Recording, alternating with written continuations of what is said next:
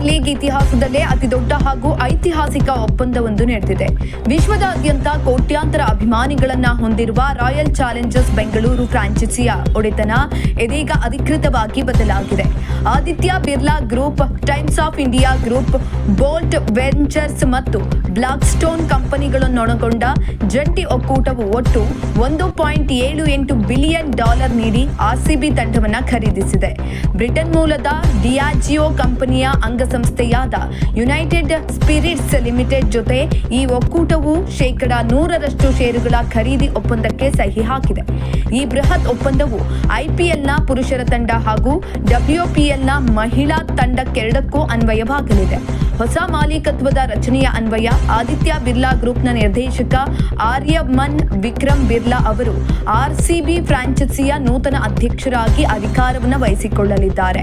Times of India ಗ್ರೂಪ್ನ ಸತ್ಯನ್ ಗಜ್ವಾನಿ ಅವರು ಉಪಾಧ್ಯಕ್ಷರಾಗಿ ಕಾರ್ಯನಿರ್ವಹಿಸಲಿದ್ದಾರೆ. ಆರ್ಸಿಬಿ ತಂಡವನ್ನು ಮಧ್ಯದ ದೊರೆ ವಿಜಯ್ ಮಲ್ಯ ಕೇವಲ $111.6 ಮಿಲಿಯನ್ ಖರೀದಿಸಿದ್ರು. 2016ರಲ್ಲಿ ಮಲ್ಯ ಭಾರತ ಬಿಟ್ಟ ಬಳಿಕ ಬ್ರಿಟನ್ನ ಡಿಯಾಜಿಯೋ ಕಂಪನಿ ಆರ್ಸಿಬಿ ಒಡೆತನವನ್ನ ಪಡೆದುಕೊಂಡಿತ್ತು. ಕಳೆದ ವರ್ಷ ಆರ್ಸಿಬಿ ಗೆಲುವಿನ ಸಂಭ್ರಮಾಚರಣೆ ವೇಳೆ ಸಂಭವಿಸಿದ ಭೀಕರ ಕಾಲ್ತುಳಿತದಲ್ಲಿ 11 ಮಂದಿ ಅಭಿಮಾನಿಗಳು ಪ್ರಾಣ ಕಳೆದುಕೊಂಡ್ರು. ಆಗ ಹಲವರು ಗಾಯಗೊಂಡಿದ್ರು. ಈ ದುರಂತದ ಬಳಿಕ ಕಂಪನಿಯ ಮೇಲೆ ತೀವ್ರ ಒತ್ತಡ ಕೇಳಿ ಬಂದಿತ್ತು. ಕ್ರಿಕೆಟ್ ನಮ್ಮ ಮೂಲ ವ್ಯವಹಾರ ಅಲ್ಲ ಅಂತ ಸ್ಪಷ್ಟಪಡಿಸಿದ್ದ ಡಿಯಾಜಿಯೋ ನವೆಂಬರ್ನಲ್ಲೇ ತಂಡವನ್ನ ಮಾರಾಟ ಮಾಡುವುದಾಗಿ ಘೋಷಿಸಿತ್ತು. ಇದೀಗ ಕೊಟ್ಟ ಮಾತಿನಂತೆ ಮಾರ್ಚ್ 31ರೊಳಗೆ ಪ್ರಕ್ರಿಯೆ ಪೂರ್ಣಗೊಳಿಸಿದೆ.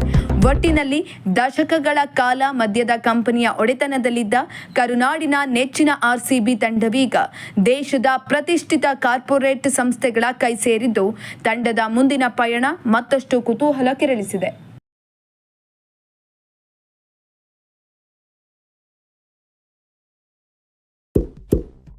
ಇಂತಹ ಇನ್ನಷ್ಟು ವಿಡಿಯೋಗಳಿಗಾಗಿ ಲೈಕ್ ಮಾಡಿ, ಫಾಲೋ ಮಾಡಿ, ಶೇರ್ ಮಾಡಿ.